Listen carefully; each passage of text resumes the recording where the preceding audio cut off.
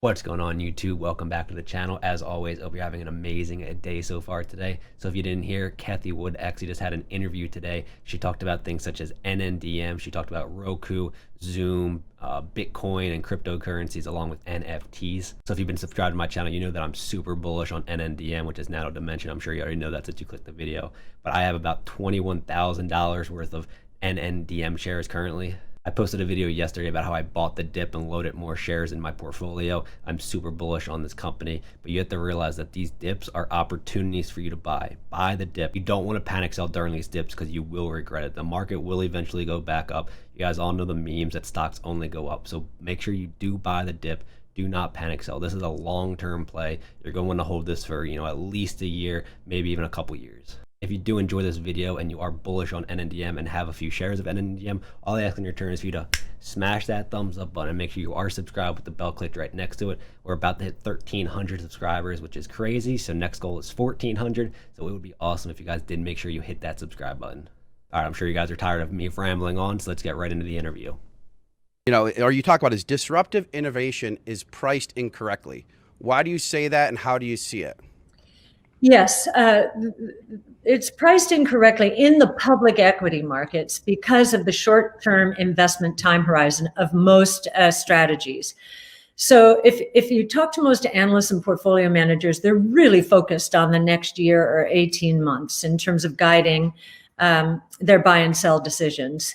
We are not. And in fact, we want our companies to sacrifice short-term profits in order to be in the pole position to win in many of these winner-take-most markets. Artificial intelligence is causing a lot of winner-take-most markets. The companies with the best data, the highest quality data, are going to win. Tesla in the autonomous taxi network world is one of those examples.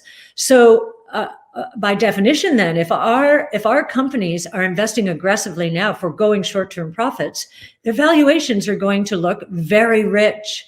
And that's probably the biggest criticism we get. It's on today's valuation, next year's valuation. If you give us 5 years, however, and given the exponential growth rates we're talking about, say 82% growth on average per year in the electric vehicle market, if you give us that, we are managing value portfolios. I truly believe that. Now, a year ago, I would have told you deep value portfolios, but of course the market has recognized Tesla and many of our genomic stocks and many of our innovation themes, period. But we still, and I get this metric every day, we still expect north of 20% compound annual returns from our portfolio over 5 years. So that's more than a doubling. Yeah, and so I'm skipping ahead, but to your point, the question I get asked is that the stock market's been looking at growth stock, technology stocks. They wanted me to ask you if we start seeing technology stocks sell off for a couple of years or a year, do you switch strategies? What do you do in that scenario? We will, in a sell-off, any sell-off, we will concentrate towards our highest conviction names. So during the coronavirus, for example, the crisis, we went down to 33 names in our flagship portfolio. Today, we're up to 55. So what we will do in an extended correction is we will concentrate the portfolio once again to the top 30, 35 stocks, because those are the ones in which we have the highest conviction, and it has been that conviction has been growing over time. Well, we're going to transition to something. I'm going to show a clip from a show, you guys, Jim Cramer. I'm going to show this clip real quick and have you respond to it. Memo to Cathie Wood, close your fund. Close it. Listen to what the late Jack Bogle would say. Close it. Concentrate on performance, not on trying to deploy capital. It's okay. It's nose in. Okay. Now I should just shut up and let you take over your response. Well, he's talking about the ETFs. It is not possible to close an ETF. It's just not possible. So I think he was referring to the mutual fund industry, and that's not what we are. But I think the other mistake that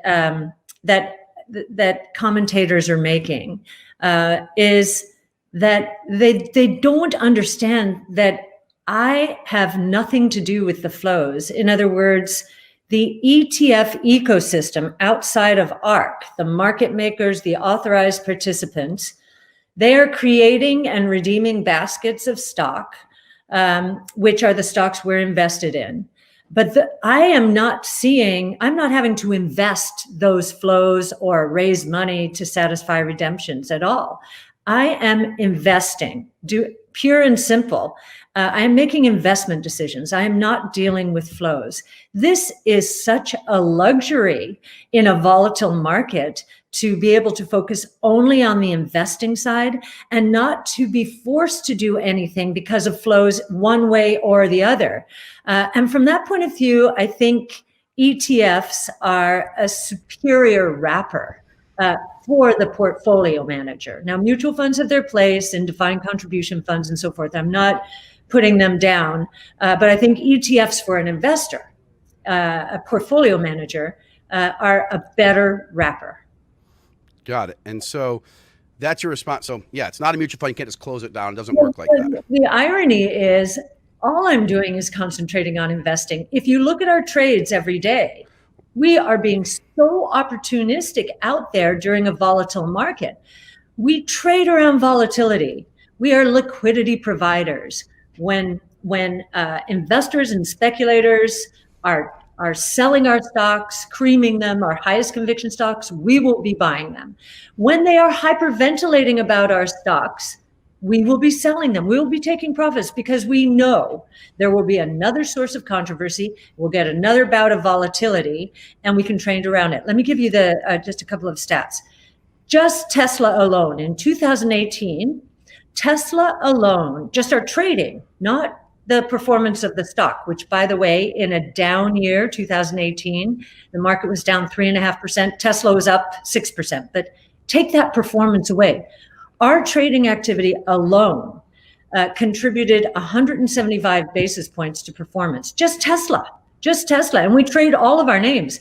Last 2019, just Tesla's trading around, our trading around added 320 basis points to our performance.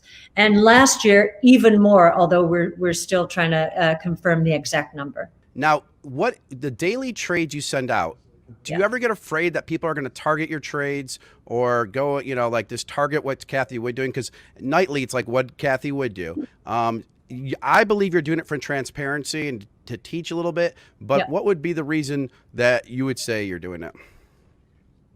Well, in the beginning, we did it because the ETF world was very suspicious of what active management in an ETF wrapper would do to them. So market makers were thinking active. You could flip the portfolio upside down in the span of a day, and I'd be caught flat-footed because I'd only find out at the end of the day when you have to disclose your holdings. So we said, okay, fine. We'll disclose our trades once we make them. So you aren't flat-footed. We don't want the spreads between the bid and the ask in our ETFs to be too wide. And so even last week, when there was extreme volatility in our portfolios, the spreads were only 7 cents. That's nothing to pay for liquidity, right? I think it's because market makers have learned, and authorized participants, that we're not going to catch them flat-footed.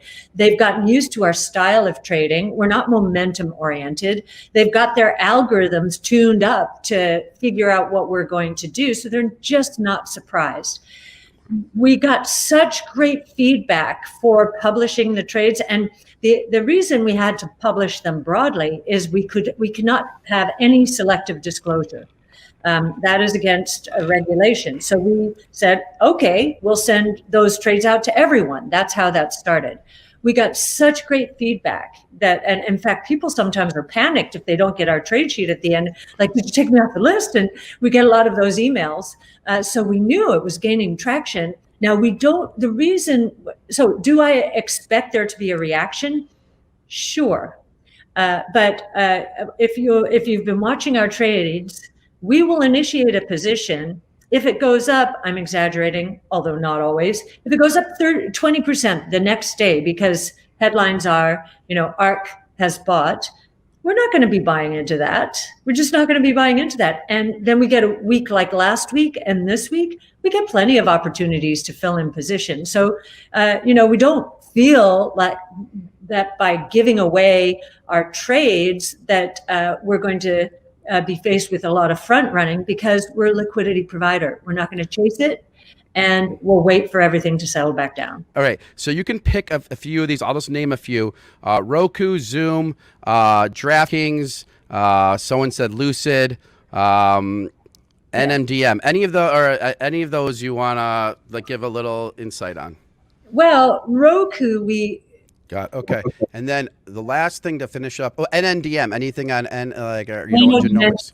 Yeah. Nano Dimension actually is originally it used to call itself a 3D printed circuit board company. Now it's broadened its view of itself, defining the market to a 3D printed technology device company. It's getting incredible business from defense agencies around the world. It's an Israeli company. We always look for where the defense is putting their money, where they think a technology is highly differentiated, and we get to know the company, which we have, and we're very impressed with the new management. The founder is still very involved, but as is usually the case, a company's founder is into the tech and really needs to bring in a business partner, which he has done. So we're very impressed.